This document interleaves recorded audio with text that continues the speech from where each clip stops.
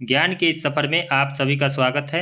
तो हम लोग मॉडर्न हिस्ट्री का रिवीजन सीरीज चला रहे थे, जिसमें हम लोग पार्ट 1 कल कंप्लीट कर चुके हैं। आज का लेक्चर में हम लोग पार्ट 2 देखने वाले हैं और आने वाले लेक्चर में हम लोग पार्ट 3 को देखेंगे, जिसमें पूरी तरह से मॉडर्न हिस्ट्री को कंप्लीट कर दिया जाएगा। यानी 3 पार्ट में मॉडर्न हिस्ट्री को बांट के हम लोग रिविजन कर रहे हैं। तो चलिए आज का लेक्चर शुरू करने वाले हैं हम लोग गवर्नर जनरल एवं वाइसराय। तो हम लोग दो तीन गवर्नर जनरल के बारे में पिछले लेक्चर तक पढ़ चुके हैं। तो आज के लेक्चर में हम लोग चार्ल्स मेटकॉफ यानी 1835 से 1836 इनका कार्यकाल था, इससे देखते हैं, यानी चार्ल्स मेटकॉफ से। तो चलिए शुरू करते हैं।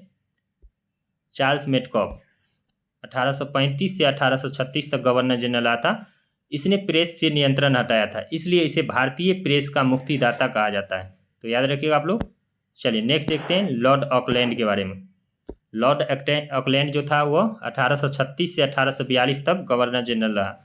इसके समय प्रथम अफगान युद्ध जो 1839 से 1842 के बीच हुआ था, उसी में 1839 में ऑकलैंड ने कलकत्ता से दिल्ली का ग्रांड ट्रैंक रोड की मरम्मत करवाया था। यानी कि सबको पता है ग्रांड ट्रैंक रोड कहाँ से कहाँ तक था, कलकत्ता से लेके दिल्ली तक। उसकी मरम्मत कौन करवाया था? लॉर्ड ऑकलैंड 1839 ईस्वी में। तो चलिए नेक्स्ट देखते हैं हम लोग लॉर्ड एलेनबरो। लॉर्ड एलेनबरो का कार्यकाल कब से कब तक है? 1842 से लेकर 1844 तक, मात्र 2 साल के लिए। इसके समय 1833 का चार्टर एक्ट पारित हुआ था। 1833 का चार्टर एक्ट, और इसी एक्ट के द्वारा 1843 में दास प्रथा को प्रतिबंध कर दिया गया था। तो आपसे पूछेगा दास प्रथा को प्रतिबंध 1843 में किस गवर्नर के समय हुआ था? तो लॉर्ड एलेनबरो के समय। चलिए नेक्स्ट देखते हैं हम लोग। इसके समय प्रथम अफगान युद्ध समाप्त हुआ था, यानी इसके समय प्रथम अफगान युद्ध समाप्त हुआ था। लेकिन शुरू किसके समय हुआ था? आपको इसमें अभी बताया था, ये देखिए, लॉर्ड ऑकलैंड के समय, और समाप्त हुआ था एलेनबरो के समय। तो ये याद रखिए आप लोग। और दास प्रथा का उन्मूलन हुआ था, वही है। इसने अगस्त 1843 में सिंध को ब्रिटिश साम्राज्य में मिला लिया था। यानी कि आपसे पूछेगा 1843 में किसे ब्रिटिश साम्राज्य में मिलाया गया था? तो वो सिंध को। और उस समय के गवर्नर जनरल था लॉर्ड एलेनबरो। चलिए नेक्स्ट देखते हैं हम लोग लॉर्ड हार्डिंग। तो लॉर्ड हार्डिंग से कंफ्यूज मत होइएगा आप लोग, एक लॉर्ड हार्डिंग द्वितीय है, लेकिन ये है सिर्फ लॉर्ड हार्डिंग, जिसका कार्यकाल है 1844 से लेके 1848 के बीच।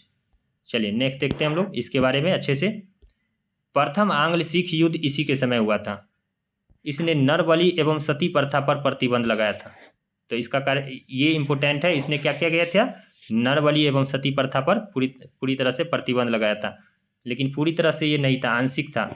ये किसी खास जगह पे लगाया था, क्योंकि विलियम बेंटिंक सती प्रथा पे पूर्ण प्रतिबंध लगाया था। चलिए नेक्स्ट देखते हैं हम लोग। इसने उत्पादन कर से बहुत सी वस्तुओं को कर मुक्त किया था। तो ये भी याद रखिएगा, यानी बहुत सारे वस्तुओं पे ये कर मुक्त कर दिया था। चलिए अब नेक्स्ट देखते हैं लॉर्ड डलहौजी के बारे में, जो काफ़ी इंपॉर्टेंट है। ये डलहौजी का कार्यकाल है 1848 से लेकर 1856 के बीच। डलहौजी द्वितीय आंग्ल बर्मा युद्ध में बर्मा को पराजित कर लोअर बर्मा एवं पीगू को अंग्रेजी साम्राज्य में 1852 ईस्वी में विलय कर लिया था। यानी कि द्वितीय आंग्ल बर्मा युद्ध जब हो रहा था डलहौजी के समय, तो उसने किसको? बर्मा को पराजित किया, और लोअर बर्मा जो जगह था उसको, और पीगू एक जगह था उसको अंग्रेजी साम्राज्य में 1852 ईस्वी में मिला लिया था। तो ये याद रखिएगा आप लोग। उसके बाद देखिए, डलहौजी ने सिक्किम पर 2 अंग्रेज डायरेक्टरों के साथ दुर्व्यवहार के आरोप लगाकर 1850 में अधिकार कर लिया। यानी कि सिक्किम को भी ब्रिटिश साम्राज्य में मिला लिया था। कब? 1850 में। और कारण क्या बताया था? यानी कि अंग्रेज डायरेक्टरों के साथ दुर्व्यवहार का। चलिए नेक्स्ट देखते हैं हम लोग। डलहौजी ने व्यक्तिगत यानी कि व्यापकता का सिद्धांत, यानी कि डॉक्ट्रिन्स ऑफ लैप, इसी ने दिया था, के आधार पर अनेक रियासतों को ब्रिटिश साम्राज्य में मिला लिया। ऐसे साम्राज्य थे, यानी आपसे पूछेगा व्यापकता का सिद्धांत किसने दिया था? तो लॉर्ड डलहौजी ने। और इसके तहत सबसे पहला कौन राज्य था जिसको मिलाया था ब्रिटिश साम्राज्य में? पहला था सतारा, जो सर्वप्रथम 1848 ईस्वी में मिला था। वही जयपुर और संभलपुर 1849 ईस्वी में। उसके बाद बघाट जो 1850 ईस्वी में, वही उदयपुर 1852 ईस्वी में, झांसी 1853 ईस्वी में, नागपुर 1854 ईस्वी में, करौली 1855 ईस्वी में। उसके बाद कोर्ट ऑफ डायरेक्टर ने नामंजूर कर दिया था। उसके बाद कोर्ट ऑफ डायरेक्टर जो था करौली को नामंजूर कर दिया था। चलिए नेक्स्ट देखते हैं हम लोग। डलहौजी ने 1853 ईस्वी में कर्नाटक के नवाब की पेंशन बंद करवा दिया था। वही नेक्स्ट देखते हैं। डलहौजी अवध पर कुशासन का आरोप लगाकर उसे 1856 में अंग्रेजी साम्राज्य में मिला लिया। तो आपसे पूछेगा अवध को किस आधार पे मतलब साम्राज्य में, ब्रिटिश साम्राज्य में मिलाया गया था, तो वो कुशासन के आधार पे। कब? 1856 में। और किसके द्वारा? डलहौजी के द्वारा। चलिए नेक्स्ट देखते हैं। अंतिम रूप से अवध यानी कि अंतिम अवध नवाब कौन था? तब वजीद अली शाह। ये पूछता है कभी कभी क्वेश्चन, तो याद रखिएगा अंतिम अवध का नवाब वजीद अली शाह। चलिए, उसने तोप खाने का मुख्यालय कलकत्ता से मेरठ एवं सैन्य मुख्यालय शिमला में स्थापित किया था। यानी कि तोप खाने का मुख्यालय कलकत्ता से मेरठ हस्तांतरित किया एवं सैन्य मुख्यालय जो था वो शिमला में स्थापित किया था डलहौजी ने। इसने शिमला को ग्रीष्मकालीन राजधानी भी बनाया था। यानी शिमला जो आज भी ग्रीष्मकालीन राजधानी है वो किसका देन है? डलहौजी का। डलहौजी को भारत में रेलवे का जनक माना गया है, तो ये भी इंपॉर्टेंट है। डलहौजी को रेलवे का जनक माना गया है। इसी के समय सर्वप्रथम 16 अप्रैल 1853 ईस्वी को बम्बई से थाना के बीच 34 किलोमीटर रेल चलाई गया था। तो ये इंपॉर्टेंट है, याद रखिएगा। 1853 में बम्बई से थाने के बीच 34 किलोमीटर रेल चलाई गई थी इसके कार्यकाल में। चलिए नेक्स्ट देखते हैं। इसी के समय पोस्ट ऑफिस एक्ट पारित हुआ था। कौन एक्ट? Post office act. और भारत में पहली बार डाक टिकट का प्रचलन प्रारंभ हुआ था। 2 पैसे की दर से भारत में कहीं भी पत्र भेजा जा सकता था। यानी कि जब चला था उस समय इसका रेट क्या था? 2 पैसे मात्र, और कहीं भी आप पत्र भेज सकते थे। इसने पृथक रूप से भारत में पहली बार सार्वजनिक निर्माण यानी कि विभाग की स्थापना किया था। यानी कि सार्वजनिक निर्माण विभाग की स्थापना पहली बार किसने किया था? डलहौजी ने। डलहौजी ने भारत में बंदरगाहों को अंतर्राष्ट्रीय व्यापार के लिए खोल दिया था। तो ये भी याद रखिएगा आप लोग, डलहौजी का महत्वपूर्ण कार्य हम लोग देख रहे हैं। देखिए नेक्स्ट देखते हैं। कराची, कलकत्ता एवं बम्बे के बंदरगाहों को आधुनिक बनाने का प्रयास भी किया था इसने। उसके बाद 1854 ईस्वी में एक स्वतंत्र विभाग के रूप में लोक सेवा विभाग की स्थापना किया था। तो आपसे पूछेगा लोक सेवा विभाग की स्थापना कब किया गया था? 1854 ईस्वी में। और किसके कार्यकाल में? तो डलहौजी के कार्यकाल में। इसने कलकत्ता एवं आगरा के बीच पहली बार तार सेवा की शुरुआत किया था। वो जो तार, जो टेलीफोन का तार था, उसकी शुरुआत किया था। चलिए नेक्स्ट देखते हैं हम लोग।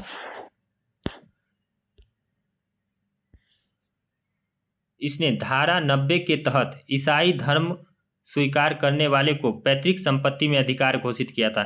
यानी कि यह एक वैसा कानून था, यानी कि 90 के तहत, धारा 190 के तहत, यानी 90 के तहत जो ईसाई धर्म स्वीकार कर लेता था उसे पैतृक संपत्ति में अधिकार घोषित करता है। यानी कि उसे पैतृक संपत्ति में क्या होता था? अधिकार होता था, वरना नहीं। चलिए नेक्स्ट देखते हैं हम लोग लॉर्ड कैनिंग के बारे में, जिसका कार्यकाल है 1856 से लेकर 1862 के बीच। ये भी इम्पोर्टेंट गवर्नर जनरल है।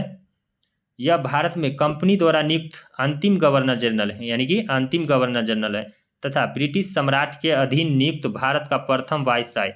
तो आपको पता है 1857 की क्रांति के बाद 1858 ईस्वी में क्राउन का शासन हो गया था। तो इसीलिए इसे बोला गया है अंतिम गवर्नर जनरल, क्योंकि 1858 में उस समय से क्या होने लगा था? वाइसराय का पद होने लगा था। गवर्नर जनरल का पद खत्म कर दिया गया था। चलिए, तो ये पहला वाइसराय है और अंतिम गवर्नर जनरल है, तो याद रखिएगा आप लोग। लॉर्ड कैनिंग ने ब्रिटिश अर्थशास्त्री विल्सन को भारत बुलाया था, तो ये भी याद रखिएगा। इसने 500 रुपया से अधिक आय पर आयकर लगाया और आयात पर 10% एवं निर्यात पर 4% निश्चित किया। यानी कि आप आयात कर रहे हैं देश से तो 10% टैक्स यानी सीमा शुल्क देना पड़ेगा। वही बाहर से निर्यात आ रहा है यानी विदेशी वस्तु भारत में आ रहा है तो मात्र 4% का ब्याज। इसी के कारण भारत में क्या हो गया? उद्योगों का विनाश हुआ। सूती वस्त्र जो भी उद्योग था, कुटीर उद्योग। चलिए नेक्स्ट देखते हैं। इसके समय इंडियन हाई कोर्ट एक्ट द्वारा बम्बई, कलकत्ता एवं मद्रास में एक एक उच्च न्यायालय की स्थापना किया गया था। तो आप ये भी याद रखिएगा, लॉर्ड कैनिंग के समय क्या क्या हुआ था? बम्बई, कलकत्ता एवं मद्रास में एक एक उच्च न्यायालय की स्थापना किया गया था। इसने 1859 ईस्वी में नागरिक विधि संहिता, यानी कि 1859 में नागरिक विधि संहिता, 1860 में मैकाले द्वारा तैयार किया गया भारतीय दंड संहिता जिसे आईपीसी कहा जाता था, तथा 1861 में फौजदारी विधि संहिता। तो आप लोग याद रखिएगा, यानी आईपीसी कब का है? 1861 का, जिसे आप बदल गया है आईपीसी और फौजदारी दोनों को, बीएनएस ये सब धारा आ गया है नया में। तो 1860 और 1861 का था वो, और वही नागरिक विधि संहिता 1859 का। चलिए नेक्स्ट देखते हैं लोग। कैनिंग ने 1861 में पुलिस विभाग का गठन किया था। तो पुलिस विभाग का गठन कब किया गया था? 1861 में कैनिंग के द्वारा। इसी के समय विधवा पुनर्विवाह अधिनियम 1856 पारित हुआ था। धारा 15 के द्वारा विधवा को विवाह का वैध अधिकार है, यानी कि विधवाओं को शादी करने का अधिकार सुनिश्चित किया गया।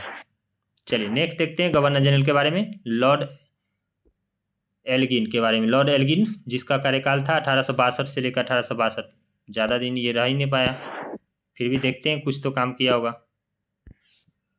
इसके समय बहावी आंदोलन का दमन किया गया था। ये आया और दमन, यानी कि कोई और काम नहीं किया, अच्छा ये दमन ही करने लगाते ही। 1863 में पंजाब में इसकी मृत्यु हो गया था। इसने पश्चिमी उत्तर सीमा प्रांत में कबीलाइयों के दमन के लिए अभियान चलाया। ये कोई भी अच्छा काम ही नहीं किया, ये आके दमन ही किया लोगों का, इसकी इसलिए मृत्यु भी हो गया। चलिए नेक्स्ट देखते हैं लॉर्ड लॉरेंस, जो 1864 से लेकर 1869 तक रहा। चलिए इसका इम्पोर्टेंट कार्य देखेंगे हम लोग, इसका अच्छा खासा काम किया इसने। चलिए देखते हैं 1865 ईस्वी में। चलिए इसको पहले लॉर्ड लॉरेंस देख लेते हैं थोड़ा। 1865 ईस्वी में भूटानीज ने ब्रिटिश भारत पर आक्रमण किया था। कौन? भूटानीज ने ब्रिटिश भारत पर आक्रमण किया था इसी के समय में, यानी लॉर्ड लॉरेंस के समय 1865 ईस्वी में। अफगानिस्तान के साथ अहस्तक्षेप की नीति अपनाया था इसने, यानी लॉर्ड लॉरेंस ने अफगानिस्तान के साथ अहस्तक्षेप की नीति अपनाया था। चलिए नेक्स्ट देखते हैं 1866 में उड़ीसा तथा 1868 से 69 में बुंदेलखंड एवं राजपूताना में अकाल पड़ा। फलस्वरूप लॉरेंस ने यानी कि चैम्पसेल हेनरी की अध्यक्षता में एक अकाल आयोग का गठन किया था। उसने 1865 में भारत एवं यूरोप के बीच प्रथम समुद्री टेलीग्राफ की सेवा शुरू किया था।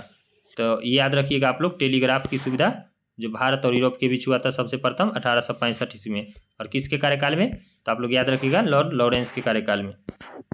चलिए लॉर्ड मेयो, ये भी इम्पोर्टेंट वाइसराय है, तो इसके बारे में भी देखते हैं। देखिए लॉर्ड मेयो का कार्यकाल कब से रहा है? 1869 से लेकर 1872 ईस्वी तक। भारतीय युवराजों को राजनीतिक प्रशिक्षण देने के लिए उसने अजमेर में मेयो कॉलेज की स्थापना किया था। यानी भारत में जो राजकुमार होते थे, राजा महाराजा के बच्चे, उसको शिक्षण यानी कि प्रशिक्षण, राजनीति प्रशिक्षण देने के लिए उसने अजमेर में, यानी राजस्थान के अजमेर में मेयो कॉलेज की स्थापना करवाया था। तो ये इम्पोर्टेंट है, याद रखिएगा। भारतीय सांख्यिकी सर्वेक्षण की स्थापना इसी ने करवाया था, लॉर्ड मेयो ने। तो ये भी याद रखिएगा, जो दिल्ली में अभी भारतीय सांख्यिकी सर्वेक्षण। चलिए नेक्स्ट देखते हैं हम लोग। कृषि एवं वाणिज्य विभाग की स्थापना 1872 ईस्वी में किया गया था। लॉर्ड यानी कि इसी के समय, मेयो के समय में क्या हुआ था? कृषि एवं वाणिज्यिक विभाग की स्थापना 1872 ईस्वी में किया गया था। वही 1871 ईस्वी में भारत में प्रथम जनगणना इसी के समय हुआ था। तो ये क्वेश्चन तो बहुत इंपॉर्टेंट है, बार बार पूछा गया है। 1871 में प्रथम जनगणना किसके समय हुआ था? लॉर्ड मेयो के समय में। चलिए नेक्स्ट देखते हैं हम लोग। एक अफगान ने 1872 में चाकू मारकर मेयो की हत्या कर दिया था। यानी कि कोई अफगानी इंसान था जो इसकी मार के मुक्ति कर दिया था 1872 ईस्वी में। चलिए नेक्स्ट देखते हैं हम लोग लॉर्ड नॉर्थब्रुक के बारे में। नाम भी है नॉर्थब्रुक, लॉर्ड नॉर्थब्रुक 1872 से 1876 के बीच। इसने आयकर को समाप्त कर दिया था और 1875 में प्रिंस ऑफ वेल्स ने भारत की भ्रमण किया था। यानी इसी के समय में 1875 में प्रिंस ऑफ वेल्स भारत का भ्रमण किया था। इसी के समय नेटिव मैरिज एक्ट 1872 पारित हुआ था। तो आप सबको पता है नेटिव मैरिज एक्ट 1872, ये सबको पता है, तो ये याद रखिएगा आप लोग। और किसके समय हुआ था? लॉर्ड नॉर्थब्रुक के समय। और अंतरजातीय विवाह को मान्यता मिली थी इसी समय। चलिए नेक्स्ट देखते हैं। इसने बड़ौदा, एक मिनट, इसने बड़ौदा गायकवाड़ को भ्रष्टाचार के आरोप में पदयुक्त कर मद्रास भेज दिया था। इसके समय पंजाब में कूका आंदोलन हुआ था। तो कूका आंदोलन किसके समय हुआ था? इसी वायसराय के समय। चलिए अब ये सबसे इम्पोर्टेंट है, लॉर्ड लिटन के समय। और इसका कार्यकाल कब से रहा है? तो 1876 से 1880 के बीच, यानी कि लगभग 4 साल रहा ये। यह एक साहित्यकार था जिसके कारण उसे ओवेन मेरिडिथ यानी कि मेरेडिथ के नाम से जाना जाता है।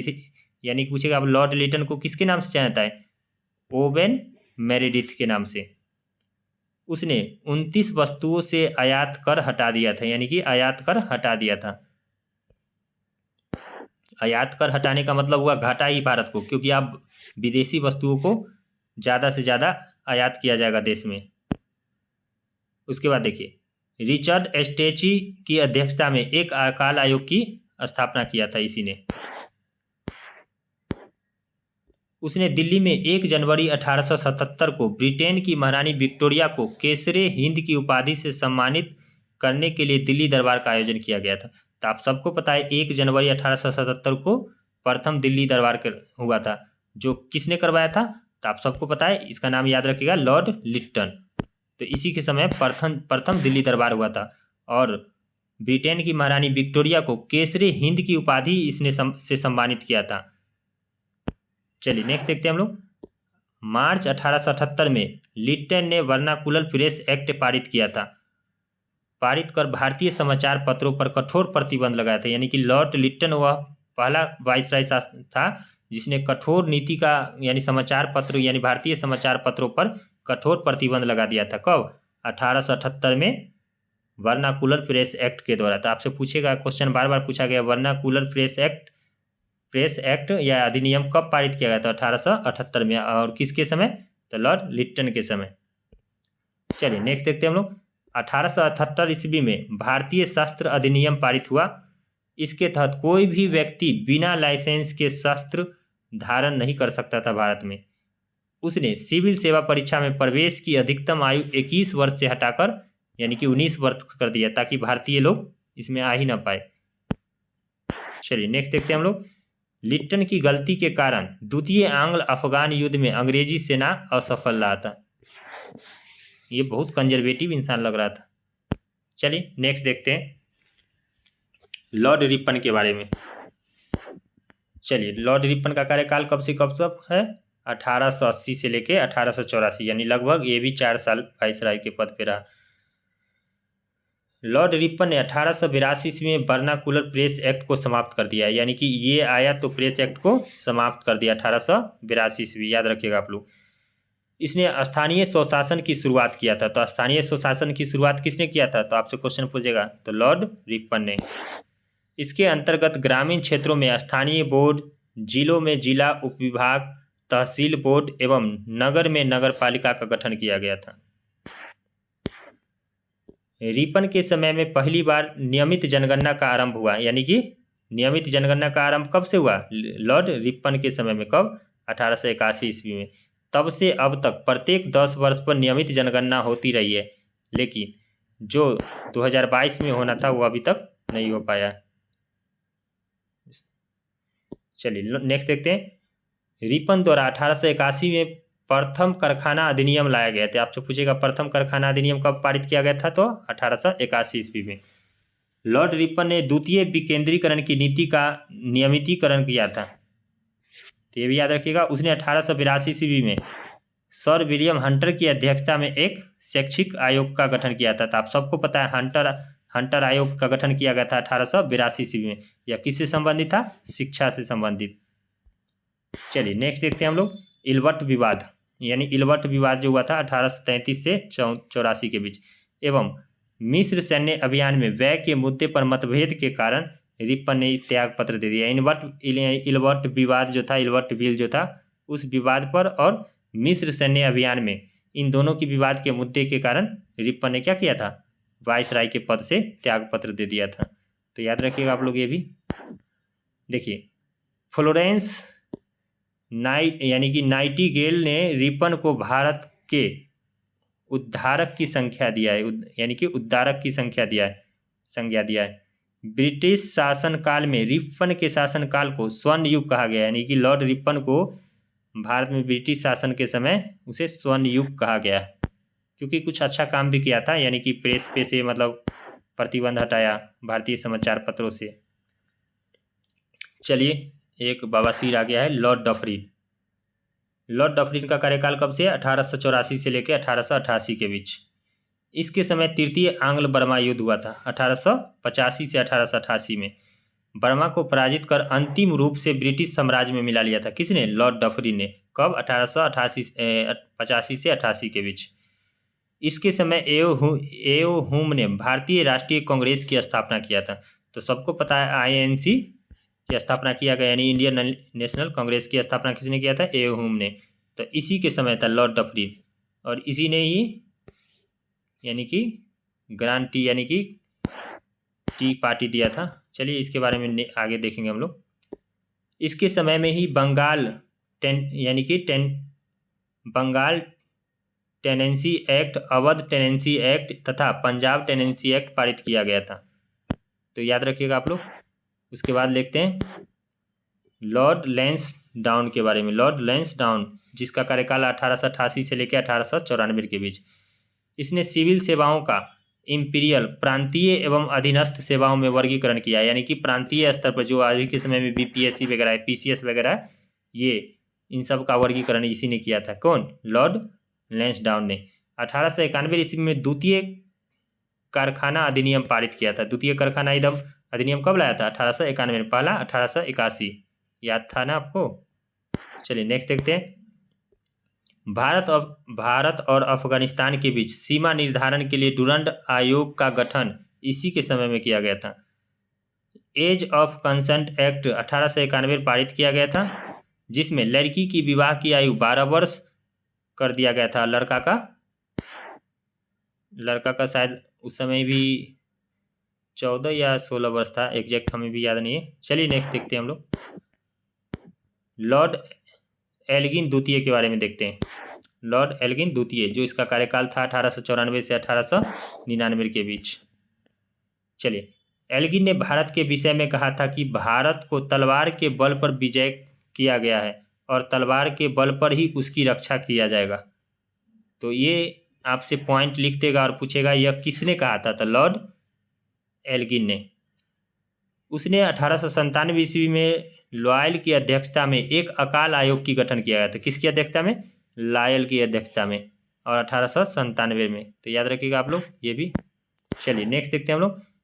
एल्गिन के समय चित्राल एवं अफरीदियों की समस्या उभरी थी। वही नेक्स्ट लॉर्ड कर्जन, ये भी विवादित है, बंगाल विभाजन से रिलेटेड। चलिए देखते हैं इसके बारे में, लॉर्ड कर्जन के बारे में, जिसका कार्यकाल था 1899 से लेकर 1905 के बीच। उसने 1902 ईस्वी में सर एंड्रू फ्रेजर की अध्यक्षता में एक पुलिस आयोग की गठन किया गया था। तो आपसे पूछेगा पुलिस आयोग की अध्यक्ष कौन था? तो एंड्रू फ्रेजर। और कब किया गया था पुलिस आयोग का गठन? 1902 ईस्वी में लॉर्ड कर्जन के द्वारा। चलिए नेक्स्ट देखते हैं हम लोग। उसने यानी कि सर एंटनी मैकडॉनवेल की अध्यक्षता में एक अकाल आयोग का भी गठन किया था।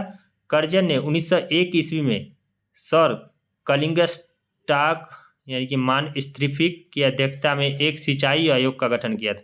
इन लोगों का नाम भी देखो, इंसान मर जाए लेकिन नाम न पढ़ पाए। उसने स्वर्ण विनियमन प्रमाण योजना शुरू किया था। कौन? स्वर्ण विनिमय प्रमाण योजना। उसने रेलवे बोर्ड की स्थापना किया था, यानी कि कर्जन के समय में रेलवे बोर्ड की स्थापना किया गया था, और रेलवे विशेषज्ञ रॉबर्टसन को इंग्लैंड से भारत बुलाया गया था। चलिए नेक्स्ट देखते हैं। सैन्य अधिकारी के प्रशिक्षण के लिए क्वेटा में एक कॉलेज की स्थापना करवाया था इसने। इसी के समय में कलकत्ता में विक्टोरिया मेमोरियल हॉल की स्थापना या निर्माण करवाया गया था। विक्टोरिया हॉल मेमोरियल जो अभी भी वर्तमान में है कलकत्ता में, उसका निर्माण किसने कराया था? यानी लॉर्ड कर्जन ने। तो याद रखिएगा आप लोग। उसने प्राचीन स्मारक प्रशिक्षण अधिनियम 1904 पारित करवाया था एवं भारतीय पुरातत्व विभाग की स्थापना करवाया था। तो यानी कि कौन? प्राचीन स्मारक प्रशिक्षण अधिनियम, जिससे प्राचीन जो भी स्मारक है उसकी देख रेख किया जा सके और उसकी सुरक्षा के लिए 1904 में पारित किया गया था।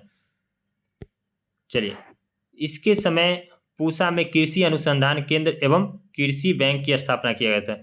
जो वही पूसा जो कृषि अनुसंधान है, जो पूसा समस्तीपुर एवं कृषि बैंक की स्थापना किया गया था इसी के समय। देखिए, लॉर्ड कर्जन ने 1904 ईस्वी में तिब्बत में, यानी कि तिब्बत में यंगस बैंड मिशन भेजा था। क्या? Young's band mission. कब? 1904 ईस्वी में। कहाँ? तिब्बत में। और 1904 में भी विश्वविद्यालय नियम भी अधिनियम पारित किया गया था इसी के समय। वो इसमें नहीं है, बता देते हैं आप लोगों को। 1904 में ही विश्वविद्यालय एक्ट पारित किया गया था लॉर्ड कर्जन के समय में। फ्रेजर के अनुसार भारत में राष्ट्रीयता का संचार कर्जन के समय से ही शुरू हुआ था। किसके अनुसार? फ्रेजर के अनुसार। कोई भारतीय नहीं है फ्रेजर। इस फ्रेजर के अनुसार भारत में राष्ट्रीयता का संचार कर्जन के समय से ही शुरू हुआ था। गोखले ने कर्जन की तुलना औरंगजेब से किया है। यानी कि देखिए, भारतीय लोग इसकी तुलना किससे करा है? औरंगजेब से। तो कौन थे वो? गोखले। इसी के समय 16 अक्टूबर 1905 ईस्वी को बंगाल का विभाजन हुआ था। तो ये याद रखिएगा आप लोग, मोस्ट इंपोर्टेंट। 16 अक्टूबर 1905 ईस्वी को बंगाल का विभाजन किया गया था। चलिए, नेक्स्ट देखते हैं हम लोग। लॉर्ड मिंटो द्वितीय, जिसका कार्यकाल कब से कब तक है? 1805 से लेके 1810 के बीच। इसके समय में 1907 ईस्वी में आंग्ल एवं रूसी प्रतिनिधियों के बीच बैठक के बाद दोनों के मध्य सभी मतभेद सुलझा दिया गया। यानी कि रूस और ब्रिटेन के बीच जो भी मतलब विवाद था उसे 1907 में क्या किया गया? मतभेद को सुलझा लिया गया। इसी के समय 1907 में सूरत अधिवेशन में कांग्रेस का प्रथम विभाजन हुआ था, जो गरम दल और नरम दल में हुआ था 1907 में। उस समय कौन था वाइसराय? था लॉर्ड मिंटो द्वितीय। लॉर्ड मिंटो नहीं, लॉर्ड मिंटो द्वितीय। चलिए, नेक्स्ट देखते हैं हम लोग। लॉर्ड हार्डिंग द्वितीय, यही इसी की बात किया था, लॉर्ड हार्डिंग द्वितीय। इसका कार्यकाल कब से कब तक? 1910 से लेकर 1915 के बीच।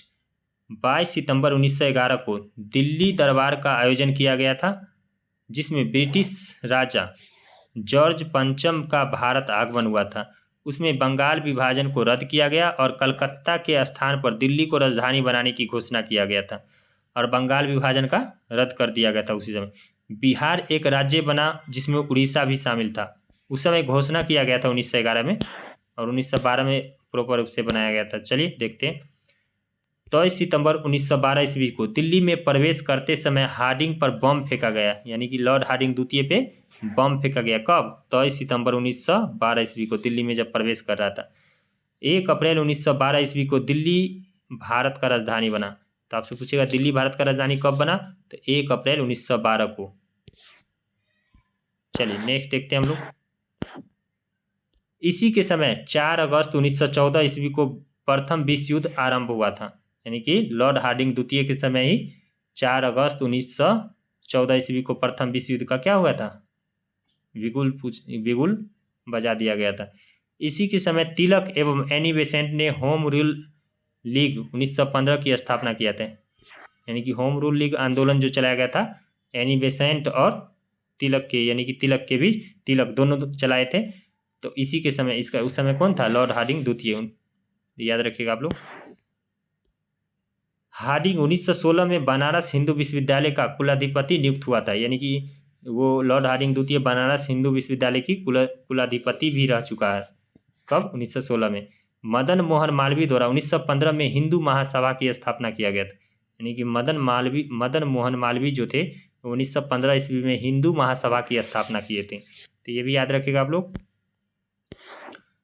यानी मान लीजिए कि उस समय वाइसराय हुआ करता था कोई, और उसके समय जो भी काम हुआ है उस सबको इसी के थ्रू समझा दिया गया है, ताकि कोई अलग से न पढ़ाना पड़े। चलिए, नेक्स्ट देखते हैं हम लोग।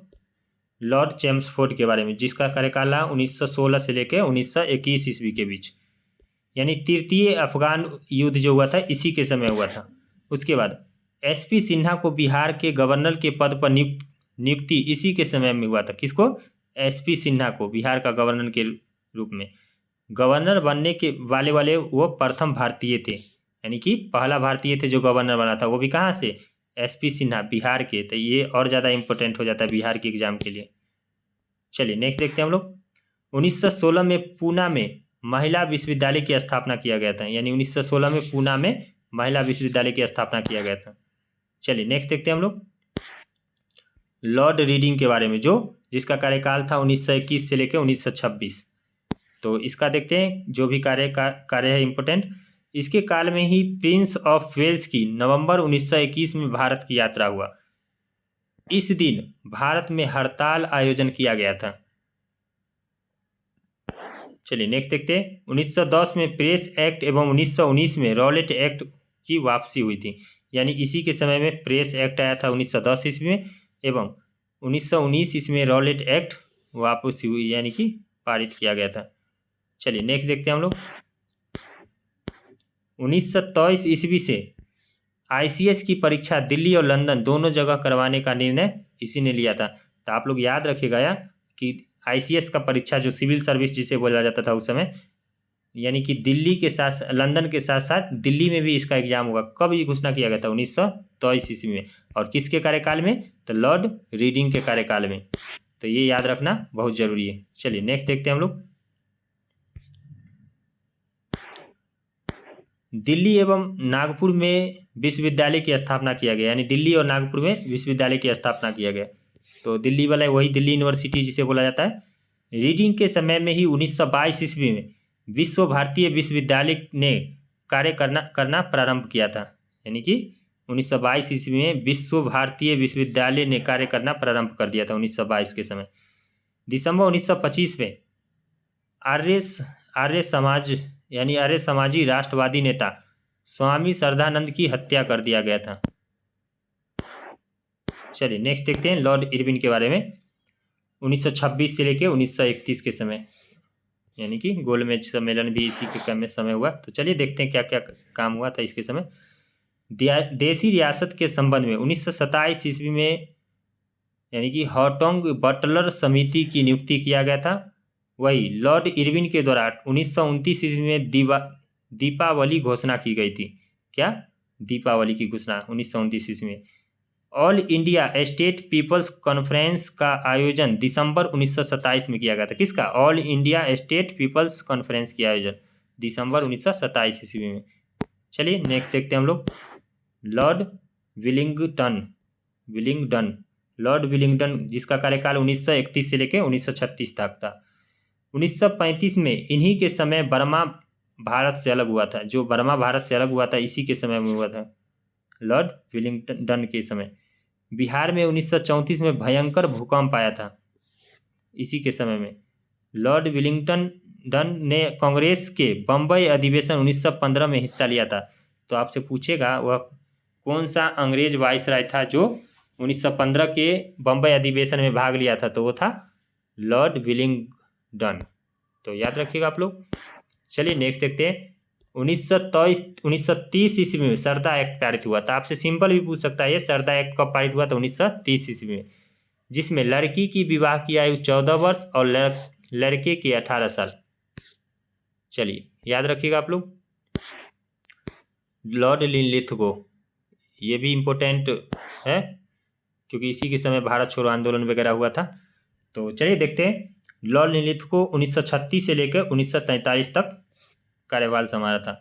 1937 में पहली बार कांग्रेस ने चुनाव में भाग लिया और 11 में से 7 प्रांतों में सरकार बनाया था।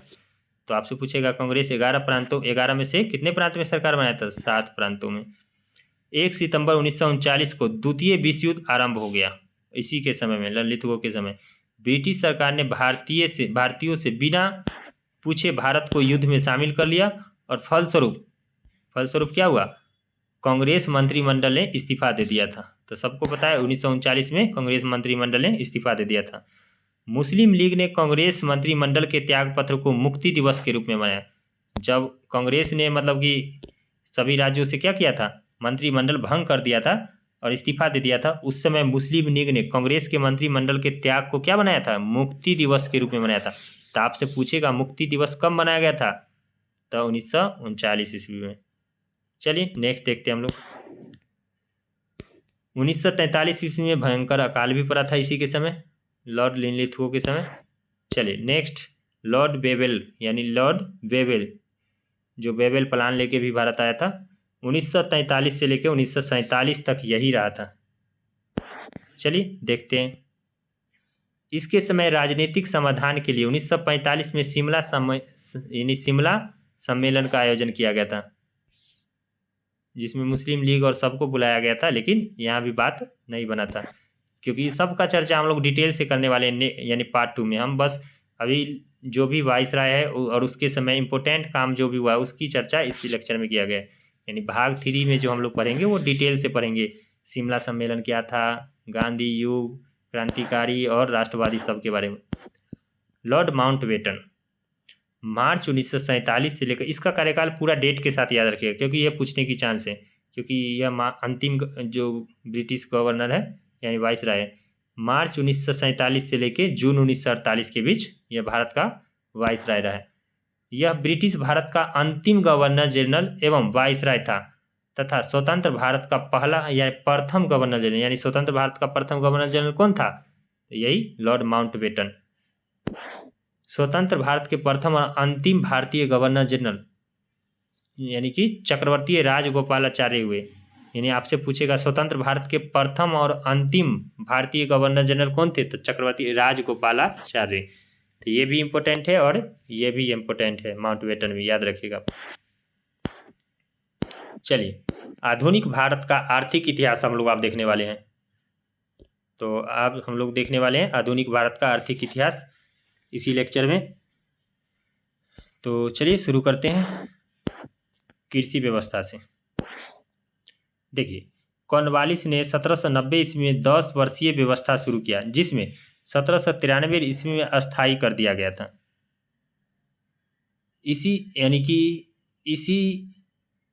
इसे ही अस्थायी भूमि बंदोबस्त यानी कि सूर्यास्त नियम कहा जाता था। तो आपसे पूछेगा अस्थायी बंदोबस्त यानी अस्थायी भूमि बंदोबस्त की शुरुआत किसने किया था? तो लॉर्ड कॉर्नवालिस ने। कब? 1790 ईस्वी में।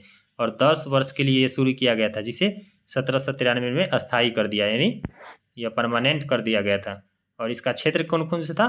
बंगाल, बिहार एवं उड़ीसा और बनारस का कुछ क्षेत्र। तो आप लोग याद रखिएगा, जगह जरूर याद रखिएगा, बिहार, बंगाल, उड़ीसा और मतलब बनारस का कुछ क्षेत्र, जिसमें जो अस्थायी बंदोबस्त के अंतर्गत आ जाता था। और इसी को ही सूर्यास्त कानून भी कहा जाता था, क्योंकि सूर्य, इसमें नियम था सूर्य ढलने से पहले आप पैसा भूमि मतलब जो भी जमींदार हुआ करता था, अगर नहीं दिया तो उसकी जमींदारी समाप्त कर दिया जाता था। चलिए नेक्स्ट देखते हैं। इसके तहत जमींदार का अधिकांश वंशानुगत एवं हस्तांतरीय यानी वंशानुगत कर दिया गया था इस जमीन को जमींदार के। जमींदारों का लगान का 10/11 यानी कि 11 में से 10 भाग, यानी कि मान लीजिए टोटल कितना है? 11, जिसमें से 10 भाग राज्य को देना पड़ता था, यानी कि 11 में से 10 ब्रिटिश सरकार को जाएगा और 1/11 यानी 11 में से 1 भाग जमींदार के पास होता था। इसलिए जमींदार कोई भी यहाँ पे अच्छा काम नहीं करता था सिंचाई वगैरह का, बस लगान लेने से मतलब था। चलिए नेक्स्ट देखते हैं। अस्थाई बंदोबस्त बिहार, उड़ीसा, मद्रास के उत्तरी जिले और बनारस में लागू था। ये हम लोगों ने अभी देखा है। चलिए नेक्स्ट देखते हैं। गवर्नर जनरल वारेन हेस्टिंग्स ने 1772 ईस्वी में बंगाल में द्वैध शासन व्यवस्था को समाप्त कर फार्मिंग सिस्टम यानी कि इजारेदारी प्रथा का प्रारंभ भू राजस्व की वसूली के लिए किया। यानी कि वारेन हेस्टिंग्स गवर्नर जनरल बना था 1872 में, तो उसने द्वैध शासन व्यवस्था को समाप्त कर दिया था डलहौजी का। और उसने क्या नया बंगाल में शुरू किया? बंगाल के ही क्षेत्र में सिर्फ था इजारेदारी प्रथा, जो भू राजस्व कर वसूली करता था। देखिए नेक्स्ट देखते हैं। 1919 ईस्वी में हॉल्ट मैकेंजी के द्वारा सर्वप्रथम महलवारी व्यवस्था का प्रस्ताव रखा गया था। किसके तहत? लॉर्ड मैकेंजी के तहत। मैकेंजी के द्वारा 1819 ईस्वी में महलवारी व्यवस्था की प्रस्ताव रखा गया था। महलवारी व्यवस्था उत्तर प्रदेश, मध्य प्रांत एवं पंजाब के क्षेत्र में लागू था। वही रैयतवाड़ी व्यवस्था सर्वप्रथम थॉमस मुनरो एवं कैप्टन रीड के द्वारा मद्रास प्रांत के 12 महल जिले में लागू किया गया था। कहाँ? 12 महल जिले में। कब? तो ये भी 1920 साल के आसपास ही है, एग्जैक्ट डेट हमें भी पता नहीं है। तो चलिए, और इसके अध्यक्ष कौन थे? कैप्टन थॉमस मुनरो और कैप्टन रीड के द्वारा। चलिए, रैयतवाड़ी व्यवस्था में किसानों को अधिक लगान दिए जाने के विरुद्ध न्यायालय में जाने का अनुमति नहीं था। चलिए नेक्स्ट देखते हैं हम लोग। ब्रिटिश भारत के कुल 19% भूभाग पर अस्थाई बंदोबस्त था। तो ये क्वेश्चन इंपोर्टेंट है, पूछता है आप लोग। देखिए, अस्थाई बंदोबस्त कितना प्रतिशत था, यानी ब्रिटेन 100% भूभाग था मान लीजिए, तो उसमें से 19% भूभाग पर क्या था, अस्थाई बंदोबस्त। वही 30% भूभाग पर महलवारी व्यवस्था, और सबसे अधिक क्या था, 51% रैयतवाड़ी व्यवस्था। चलिए नेक्स्ट देखते हैं। रैयतवाड़ी व्यवस्था जो था मद्रास, बम्बई और असम के क्षेत्र में लागू था। विऔद्योगीकरण और धन की निकासी संबंधी विचारों को सर्वप्रथम दादा भाई नेहरू जी ने दिया था। चलिए नेक्स्ट देखते हैं हम लोग। तारशंकर बंदोपाध्याय का उपन्यास यानी कि गण देवता में यानी कि तत्जनी प्रथा का वर्णन किया गया। किस प्रथा का, तत्जनी प्रथा का। कावसजी नाना भाई ने 1854 ईस्वी में सर्वप्रथम सूती मिल की स्थापना बॉम्बे में किया था। कब, 1854 में। कौन, कावसजी नाना भाई ने। चलिए नेक्स्ट देखते हैं प्रमुख कृषि पद्धतियाँ। तीन कठिया पद्धति के बारे में पढ़ते हैं। देखिए, सबको पता है तीन कठिया पद्धति। बिहार के चंपारण जिले में किसानों को इस प्रथा के तहत अंग्रेज का नील बगान मालिकों से अनुबंध के तहत अपने भूमि के यानी कि 20 कट्ठा में 3 कट्ठा भाग पर नील की खेती करना पड़ता था। यानी 20 कट्ठा भूमि पे 3 कट्ठा नील की खेती करना अनिवार्य था। कहाँ, चंपारण के क्षेत्र में। चलिए नेक्स्ट देखते हैं दुबाला हाली प्रथा यानी कि दुबला हाली प्रथा। इस प्रथा के अनुसार कृषि दास अपने आप को अपनी संपत्ति का संरक्षक अपने मालिक को मानते थे। यह प्रथा सूरत में प्रचलित था, यानी गुजरात के सूरत में। उसके बाद ददनी प्रथा थोड़ा सब कुछ लोग जान रहे हैं थोड़ा बहुत। इस प्रथा के अंतर्गत ब्रिटिश व्यापारी भारतीय उत्पादक, कारीगर, शिल्पियों आदि को निर्मित माल प्राप्त करने के लिए अग्रिम या अथवा पेशगी के रूप में धन देते थे। यानी कि अग्रिम बॉन्ड एक तरह से बनाया जाता था। मान लीजिए कोई सामान लेना है तो पहले ही उसका रेट फिक्स करके उसे पैसा दे दिया जाता था। बाद में वो रेट जो भी रहे वो ब्रिटिश व्यापारी क्या करता था, उसे खरीद लेता था उसी रेट पे, चाहे दाम आगे रहे पीछे रहे, उसे कोई मतलब नहीं।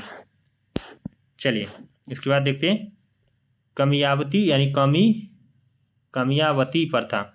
इस प्रथा के अनुसार कृषि दास के रूप में खेती करने वाले कामिया जाति अपने मालिकों से मिले ऋण के ब्याज के बदले जीवन यानी कि जीविकोपार्जन उनकी सेवा करते हैं। यह प्रथा बिहार एवं उड़ीसा में प्रचलित था।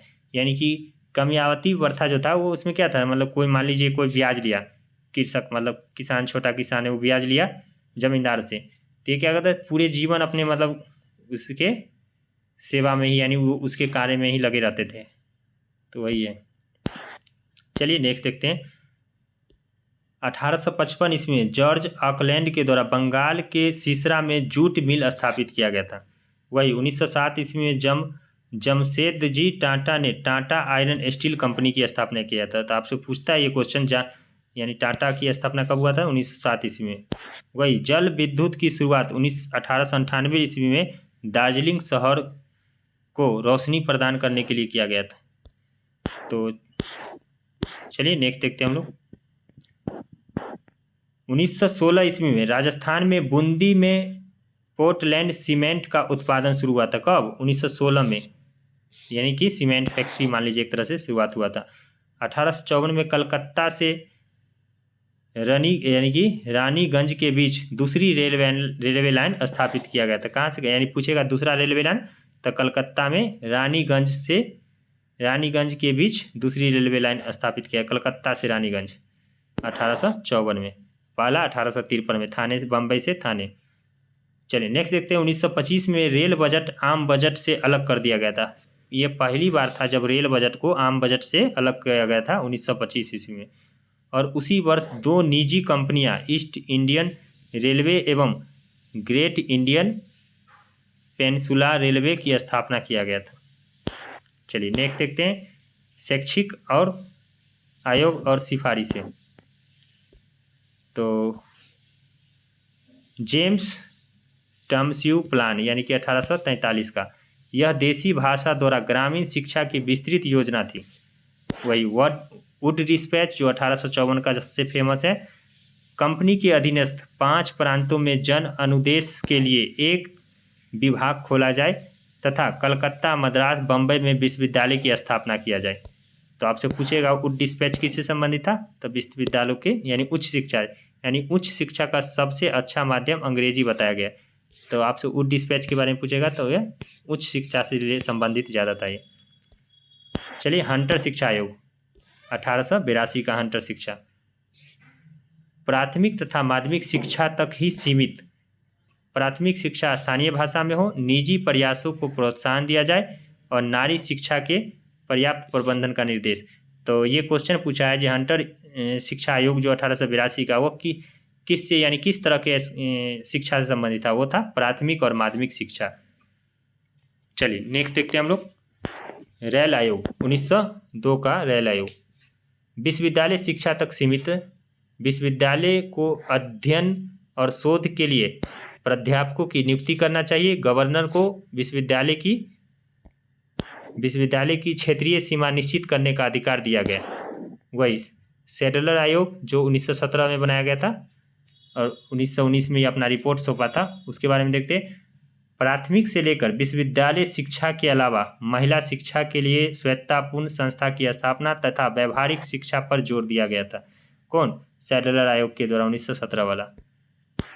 चलिए, हार्डोग समिति 1929 का। प्राथमिक शिक्षा के राष्ट्रीय महत्व पर बल दिया गया था, परंतु शीघ्र प्रसार अथवा अनिवार्यता की नीति की निंदा किया गया था। सुधार और एकीकरण की नीति की सिफारिश किया गया था।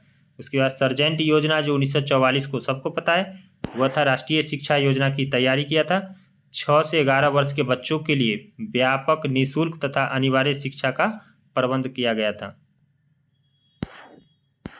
उसके बाद राधा कृष्णन आयोग, जो आज़ादी के बाद था, राधा कृष्णन आयोग जो 1948 से 1949 में विश्वविद्यालय शिक्षा पर रिपोर्ट पेश किया गया था। इसने विश्वविद्यालय से पूर्व 12 साल का अध्ययन होना चाहिए, यानी कि विश्वविद्यालय में आने से पहले 12 साल का अध्ययन होना जरूरी था। चलिए नेक्स्ट देखते हैं। कोठारी शिक्षा आयोग 1964 का, सबको पता है कोठारी शिक्षा आयोग 1964 का। शिक्षा पद्धति के लचीलेपन की आवश्यकता पर बल दिया गया था। कार्य, अनुभव और नैतिक शिक्षा पर भी बल दिया गया था इसमें, इसके रिपोर्ट में। चलिए, किसान नागरिक विद्रोह एवं आंदोलन। तो किसान नागरिक विद्रोह एवं आंदोलन, सन्यासी विद्रोह कब किया गया था? 1760 से लेकर 1800 ईस्वी के बीच चला था, जिसमें बंगाल, बिहार या नेतृत्वकर्ता कौन था? दुग नारायण और केना सरकार। तो सन्यासी विद्रोह कहाँ चला था? बंगाल, मूल रूप से बंगाल का ये 1760 से लेकर 1800 ईस्वी के बीच चला था। चलिए नेक्स्ट देखते हैं। चुआर विद्रोह 1768 ईस्वी में मेदिनीपुर नेतृत्व करता था दुर्जन सिंह। वही पॉलीगार विद्रोह 1799 ईस्वी में, और कहाँ चला था? तमिलनाडु में। नेतृत्व करता कौन था? यानी पीवी कडडकमक्का, याद रखिएगा आप लोग। उसके बाद पैका विद्रोह 1817 से 1825 के बीच चला था, और किस क्षेत्र में? उड़ीसा के क्षेत्र में। नेतृत्व करता था बक्सी जगबंधु। वही भील विद्रोह, ये याद रखिएगा आप लोग जरूर, 1825 का भील विद्रोह, और यह किस क्षेत्र में था? खानदेश, और नेतृत्व करता कौन था? सेवाराम। चलिए नेक्स्ट देखते हैं हम लोग। कोल विद्रोह 1831 से लेकर 1832 के बीच चला था, छोटा नागपुर क्षेत्र में, जो झारखंड का है। नेतृत्व करता था बुद्धो भगत। उसके बाद खांसी विद्रोह 1832 से 33, ये था जयंतिया गारो क्षेत्र में, यानी जयंतिया गारो क्षेत्र जो है उस क्षेत्र में। नेतृत्व करता था तीरथ सिंह। वही फैराजी आंदोलन जो मुसलमानों के है, फैराजी आंदोलन 1838 से लेकर 1848 के बीच चला था, और ये किस क्षेत्र में चला था? फरीदपुर के क्षेत्र में, और इसका नेतृत्व करता था दादू मियाँ। उसके बाद संथाल विद्रोह जो 1857 के विद्रोह से पहले, यानी कि उससे पहले पूछता है क्वेश्चन, 1857 से पहले कौन सा विद्रोह किया गया था? तो वो संथाल विद्रोह 1854 से 56, यह राजमहल के क्षेत्र में हुआ था। नेतृत्व करता था सिद्धू और कान्हू। राजमहल वही झारखंड में पड़ता है। उसके बाद नील विद्रोह बंगाल का, ये ये यही नील विद्रोह के बारे में एक बार क्वेश्चन बीपीएससी में पूछा था, तो सबको कन्फ्यूजन हो गया था 1917 का वो चंपारण वाला, लेकिन नहीं, ये नील विद्रोह है जो 1859 से 60 के बीच चला था। यह बंगाल के क्षेत्र में था। नेतृत्व करता था ईश्वरो विश्वास और विष्णु विश्वास। चलिए नेक्स्ट देखते हैं पावना विद्रोह। 1873 से लेकर 1876 के बीच पावना क्षेत्र में हुआ था। नेतृत्व करता था ईश्वर चंद्र राय तथा शंभुपाल। वही मुंडा विद्रोह 1899 ईस्वी में रांची के क्षेत्र में था। नेतृत्व करता था बिरसा मुंडा, सबको पता है। उसके बाद चंपारण सत्याग्रह 1917 में चंपारण के क्षेत्र में नेतृत्व करता महात्मा गांधी, सबको पता है। चलिए उसके बाद मोपला कृषक आंदोलन जो 1921 में चला था, जो मलाबार के क्षेत्र में था। नेतृत्व करता था अली मुसलियार यानी कि मुसलियार। उसके बाद बारदोली सत्याग्रह 1928 का बारदोली सत्याग्रह जो गुजरात के क्षेत्र में था। नेतृत्व करता था सरदार वल्लभ भाई पटेल। इसी में पटेल जी को सरदार की उपाधि दिया गया था। चलिए नेक्स्ट देखते हैं। चलिए कंप्लीट हो गया हमारा। आप मिलते हैं नेक्स्ट यानी पार्ट 3 में। तो अगर वीडियो आप लोगों को अच्छा लगा हो तो लाइक कमेंट और शेयर जरूर कीजिएगा। धन्यवाद।